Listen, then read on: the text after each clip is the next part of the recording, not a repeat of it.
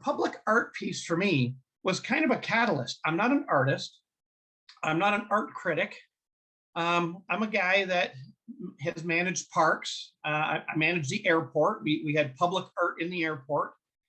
And, you soon realize that there's a huge value to public art.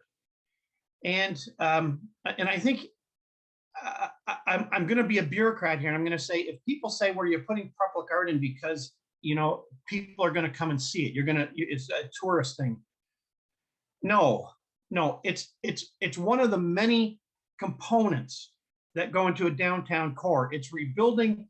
Kurzak's rebuilding a building to its 19. I've forgotten the date of that building, Lori. Sorry, but it's all of the little elements, and then you put this in it as well. It makes it an interesting space. So we just go to the next slide for a second. So this is pulling the pulling the curtain back. But for one, public art provokes thought. The other thing is it's 100% inclusive. You don't have to go to a building. You don't have to go to a museum. It's ever present. So you've got something that's thought provoking. It's ever present, and it brings life to a dull space potentially. So you can use spaces that really don't have much, but where it attracts people, where it becomes a tourist thing, where it becomes an economic driver, is because it's made your community, it's made your downtown, our downtown. And I don't live in Amherstburg. I have no investments in Amherstburg.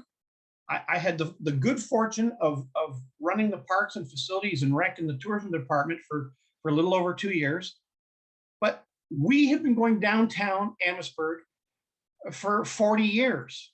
And now more so, we're riding our butt. My wife won't let me have chicken wings unless I ride my bike there. And from Guesto, I can almost get there on a cycling trail, cycling network. So we're getting there. But the fact is, what is attracting people is the fact that you've made it an interesting space. And it can be whimsical. It can be storytelling. It makes a point. So you have public art that is historical. And Lori talked about our history. And it does tell our story. And it reinforces, culture and achievements and community pride. Again, it makes it interesting. And you see a lot of this. This is actually one of the most common types of public art. When I was the director of parks for Windsor, a lot of these kind of public art displays were in parking lots. If you think of Rock Bottom, in the supermarket next to it, a close friend of mine, his dad, Howard Watkins, was, I think, the second a black man to be a full detective, and he's celebrated in this with a number of other people of color. You find little nooks and crannies, but this is very popular. Essex, for example, was one of the smallest municipalities that had murals all over the place, and still has murals all over the place, and they do terrific. It was touted as an economic driver. Signs on the 401, come and see the murals of Essex. But it makes Essex more interesting, and we know the stories. You've gone by the murals. We know the toll road story, right? When they burned the tolls down on Old Talbot. We know the stories of the train station and all of that history.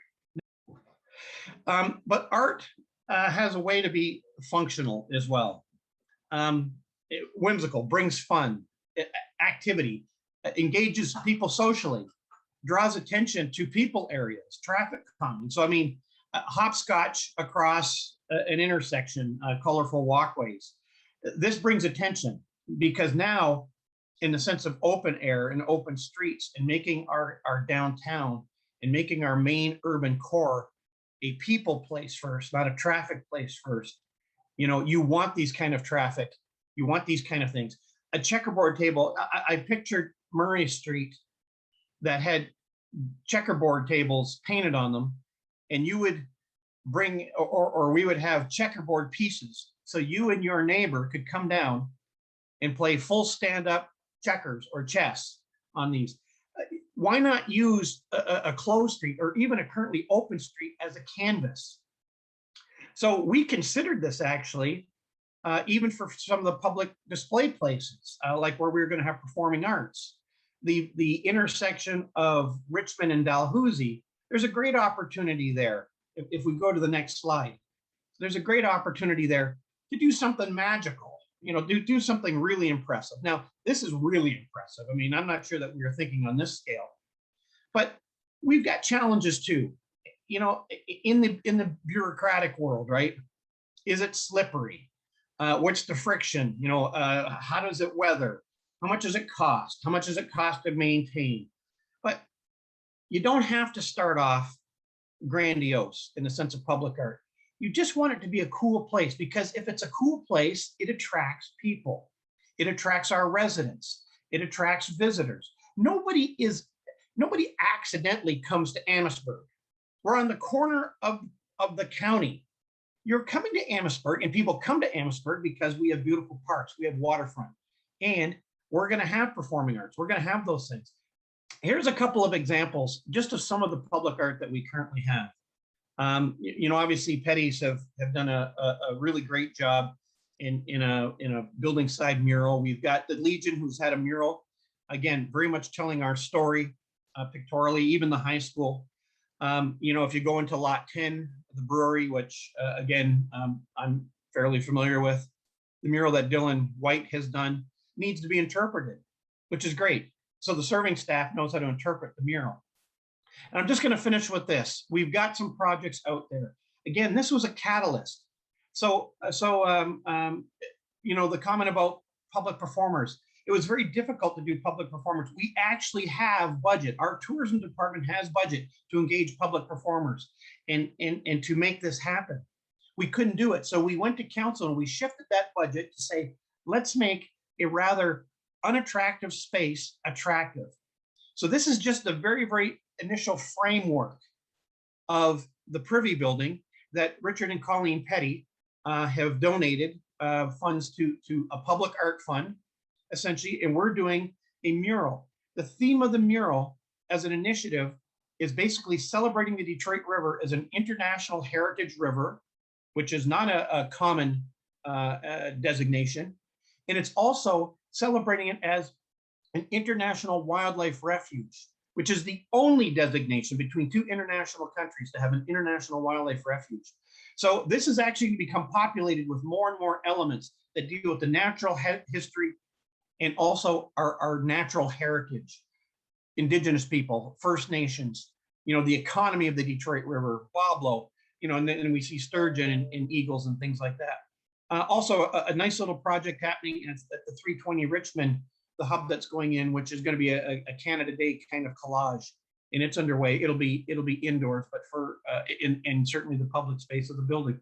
So we're moving forward with this, and as a collective, I think this is one of these things that's telling a story. Maybe not so much of our achievements, but the interpretive panel that will go along with this is going to say to people, you're in a unique space, in an interesting space, and hopefully as we can generate this on streets like Murray Street, right, which is pretty uninteresting right now. The side of the Gordon House, right next to Navy Yard Park, there's a huge blank wall. Petty's have more mural projects. Lori has concept for mural projects. There are so many things that we can do. And again, drive interest, drive thought, drive people. Well, I'm sorry, Jasmine, let's not drive anybody. Let's have them cycle to downtown Amherstburg and take part in all of it, right? They're not coming to see this mural. They're coming to see this mural. They're coming to get an ice cream. They're coming to walk the Navy Yard Park. They're coming to watch bald eagles fishing in the river. And who knows, maybe they end up at Ricardo's or the Salty Dog for a dinner as well. So all part of our economy, all part of our culture. Thank you.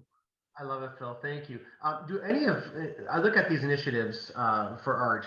I know one of them that stands out for me is the functional art. I could totally picture myself hopscotching across the intersection. And I could well, Darren Winger, who is a bureaucrat like me, and he is listening. He sent me a chat. I don't know how to send a chat back because I'm a techno peasant. And he says, the bike corrals, we're finally getting into bike corrals, and Tim did a little shout out for the fact that the town is engaged in this. We didn't have a place you can't ride your bike downtown because there's no place to lock it up. So we built bike corrals, and we're going to continue to build bike corrals, as I understand it, you know, with our new director of parks. But he said, why not make them public art? They're boring pieces of metal that you attach your bike to. The possibilities are endless. It's functional. So thank you, Darren. His wife, by the way, is Bike Windsor. If anyone was wondering, Darren's interest in biking as well. We're going to get better at this, and I think with this group, you know, and it's why my head's exploding. We're going to get better at this because we got like-minded people. We're thinking positively. We're not going to tear down the fact, you know, that it's public art.